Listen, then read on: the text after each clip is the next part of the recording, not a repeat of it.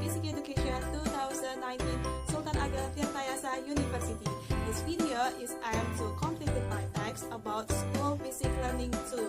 And in this video we will learn about physics.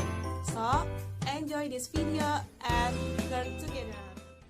Assalamualaikum warahmatullahi wabarakatuh. Hello everyone, welcome to my class. How are you? I hope you are always healthy and happy. Before starting learning, let's pray together. Begin. Finish. Okay, please absent in the comment column with the format name underscore present. Okay, before entering the core of learning, watch the following video. Pernahkah kalian menyelam? Dan apa sih yang kalian rasakan ketika menyelam semakin dalam? Apakah dada kalian merasa sesak atau telinga kalian merasa sakit? Lalu, apakah kalian pernah melihat mobil yang ada di tempat pencucian mobil bisa terangkat dengan ukuran sebesar itu? Dan pernahkah kalian melihat kapal selam yang dapat mengapung atau tenggelam? Mengapa ya hal tersebut bisa terjadi? Nah, untuk lebih memahami dan juga mendalami peristiwa-peristiwa yang terjadi dalam video tadi, mari kita simak materi tentang fluida statis ini. Dan juga diharapkan setelah kalian menonton video ini, kalian dapat mengidentifikasi penerapan fluida statis dalam kehidupan sehari-hari. Dan juga kalian dapat memahami dan menerapkan konsep tekanan hidrostatis, hukum Pascal, dan juga hukum Archimedes. Kemudian, kalian juga dapat merancang dan juga melakukan percobaan tentang sifat fluida dalam kehidupan sehari-hari dan dapat membuat laporannya. Yuk, langsung saja kita simak materinya. Nah, teman-teman ada yang tahu nggak sih apa itu fluida statis? Fluida statis merupakan kondisi ketika fluida dalam keadaan diam, di mana ketika fluida dalam keadaan diam, kita dapat mengidentifikasi sifat-sifat dari fluida itu sendiri. Nah, pada video kali ini kita akan membahas 4 sifat yang dimiliki oleh fluida. Yang pertama, hukum utama hidrostatis. Yang kedua, tentang tekanan hidrostatis. Yang ketiga, hukum Pascal, dan yang keempat yaitu hukum Archimedes. Nah, yuk langsung saja kita pelajari materinya. Ketika kita menyelam dalam air pada kedalaman tertentu, biasanya telinga kita akan merasakan rasa sakit. Mengapa demikian? Apakah ada yang tahu? Nah, hal ini diakibatkan karena adanya tekanan atau perubahan tekanan di dalam air, di mana semakin dalam kita menyelam dalam air, maka tekanannya akan semakin besar. Nah, tekanan ini yang dinamakan dengan tekanan hidrostatis, yang merupakan salah satu sifat fisik dari fluida. Secara definisi, tekanan hidrostatis dapat diartikan tekanan yang diberikan oleh zat cair ke segala arah pada suatu benda karena adanya pengaruh gaya gravitasi. Nah, tekanan hidrostatis ini dipengaruhi oleh 3 komponen, yaitu massa jenis fluida, ketinggian atau kedalaman suatu benda dalam fluida, dan juga percepatan gravitasi. Sehingga dapat dirumuskan P sama dengan Rho dikali G dikali H. Nah, coba kalian perhatikan, tekanan di titik manakah yang memiliki tekanan lebih besar? Apakah tekanan di titik P1, P2, atau P3? Untuk menjawab pertanyaan ini, silakan kalian jawab di kolom komentar. Selanjutnya, kita akan membahas tentang tekanan mutlak. Apakah ada yang tahu apa itu tekanan mutlak? Oke, langsung saja. Tekanan mutlak merupakan tekanan total antara tekanan hidrostatis dengan tekanan atmosfer yang bekerja pada permukaan air, di mana tekanan total ini atau tekanan mutlak ini dapat dirumuskan sebagai berikut.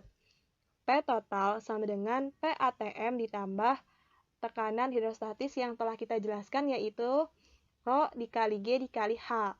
Nah, di mana besarnya tekanan atmosfer ini yaitu 1,01 dikali 10 pangkat 5 Pascal. Tekanan mutlak ini terjadi ketika suatu fluida berada dalam bejana atau wadah terbuka. Selanjutnya, mari kita latihan soal. Soalnya, ada seekor ikan yang berenang di dalam akuarium. Ikan tersebut terletak di kedalaman 50 cm dari permukaan akuarium. Pertanyaannya, berapakah tekanan hidrostatis dan tekanan total yang diterima oleh ikan? Di sini diketahui percepatan gravitasi 10 meter per sekon kuadrat, massa jenis air 1000 kg per meter kubik, dan tekanan atmosfer 1,01 dikali 10 pangkat 5 Pascal.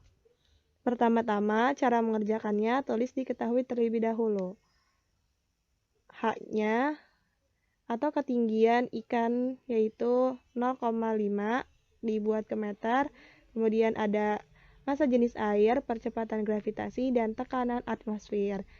Nah, untuk menjawab tekanan hidrostatis, kita bisa mengalihkan antara massa jenis air dikali percepatan gravitasi dan ketinggian, sehingga diperoleh tekanan hidrostatisnya itu 5000 Pascal atau 0,05 dikali 10 pangkat 5 Pascal. Sehingga kita bisa memperoleh tekanan totalnya dengan menjumlahkan tekanan atmosfer dengan tekanan hidrostatis, sehingga diperoleh tekanan totalnya 1,06 dikali 10 pangkat 5 Pascal. Coba kalian perhatikan gambar berikut. Pada gambar menunjukkan adanya sebuah fluida yang berada di dalam sebuah bejana atau wadah yang ukurannya dan bentuknya berbeda-beda. Nah, pertanyaannya, berapakah tekanan yang terdapat di titik A, B, C, dan D?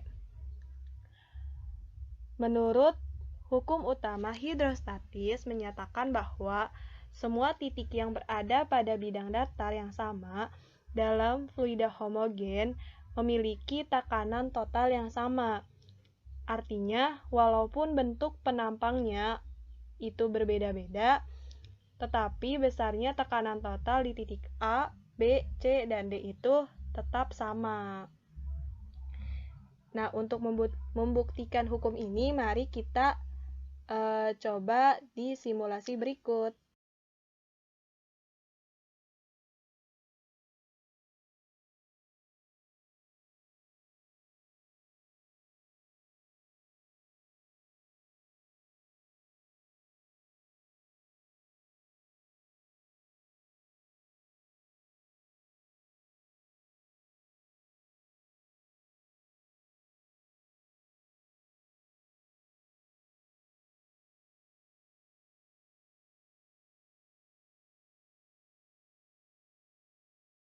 Persamaan hukum hidrostatis. Persamaan hukum hidrostatis dapat diturunkan dengan menggunakan gambar sebagai berikut, di mana di titik A dan di titik B itu memiliki tekanan yang sama, tekanan total yang sama, sehingga P di titik A sama dengan P di titik B. P0 ditambah Rho 1 dikali G dikali H1 sama dengan P0 ditambah Rho 2 dikali G dikali H2. Nah, sehingga diperoleh persamaan hukum utama hidrostatis yaitu Rho 1 dikali H1 sama dengan Rho 2 dikali H2.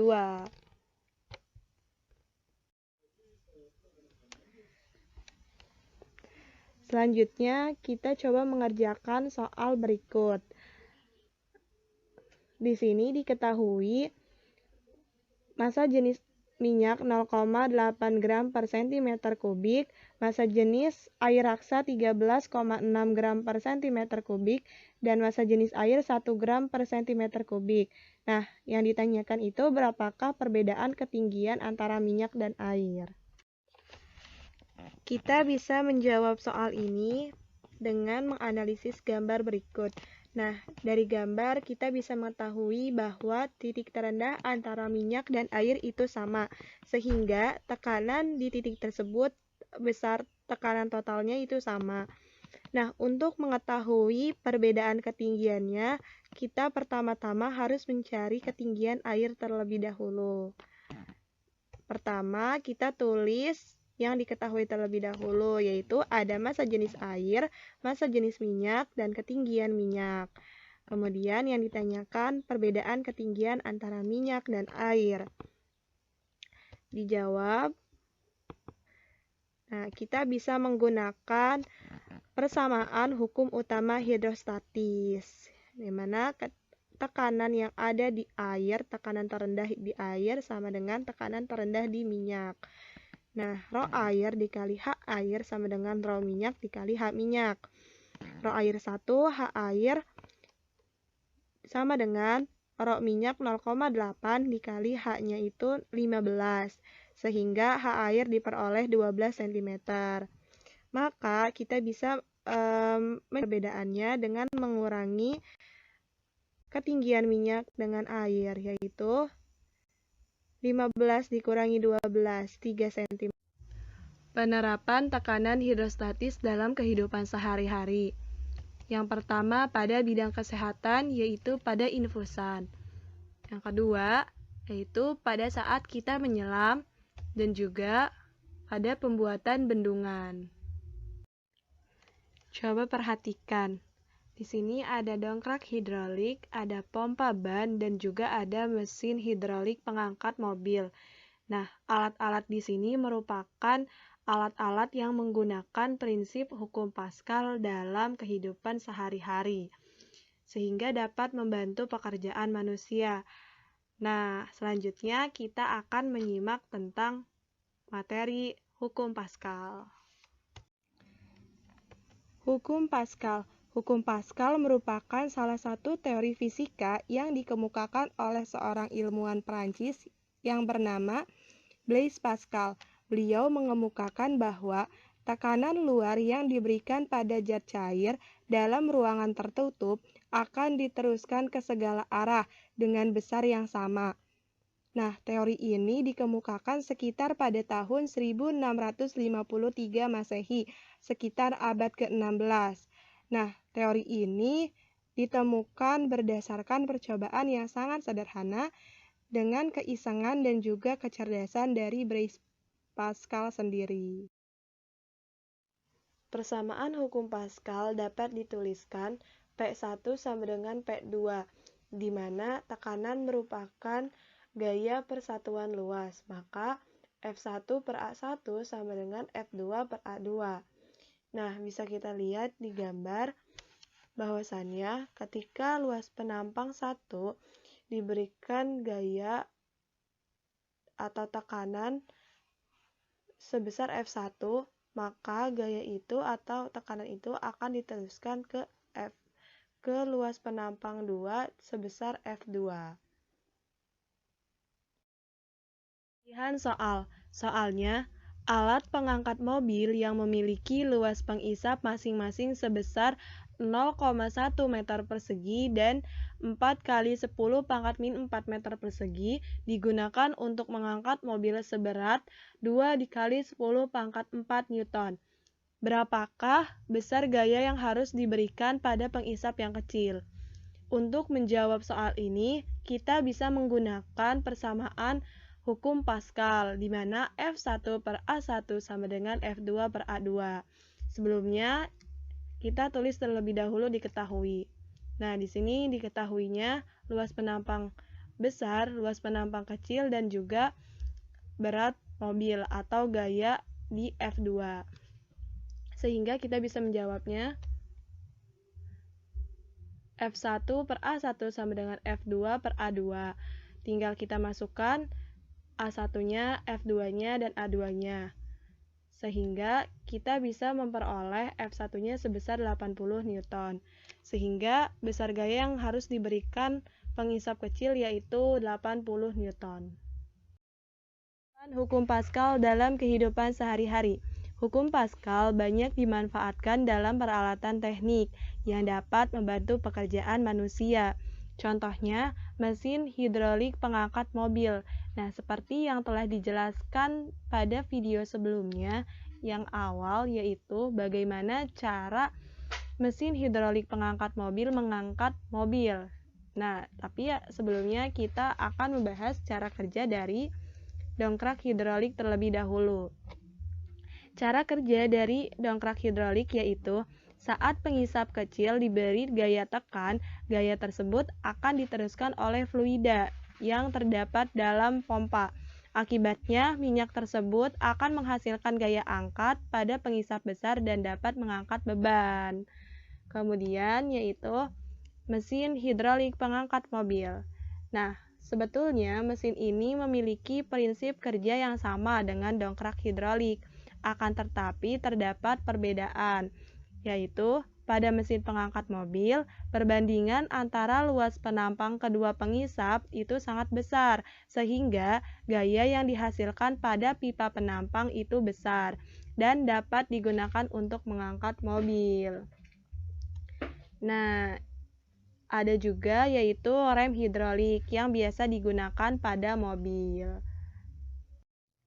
Nah, setelah kita mempelajari tentang hukum Pascal, sekarang kita mempelajari tentang hukum Archimedes, di mana teori ini dikemukakan oleh seorang fisikawan yang berasal dari Yunani, yaitu Bapak Archimedes.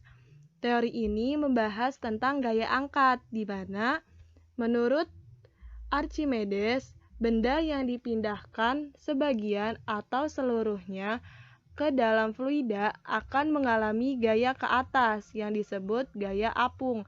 Besar gaya tersebut besarnya sama dengan besar fluida yang dipindahkan oleh benda. Hukum Archimedes dapat dituliskan FA sama dengan rho F dikali VBF dikali G, di mana FA sama dengan merupakan gaya angkat yang satuannya Newton. Kemudian rho F itu merupakan massa jenis dari fluida, di mana satuannya kilogram per meter kubik. VBF merupakan volume benda tercelup, satuannya meter kubik. Dan G merupakan percepatan gravitasi, satuannya meter per sekon kuadrat. Ternyata ketika kita memasukkan benda ke dalam sebuah zat cair, benda tersebut akan mengalami 3 keadaan. Keadaan yang pertama yaitu benda tenggelam.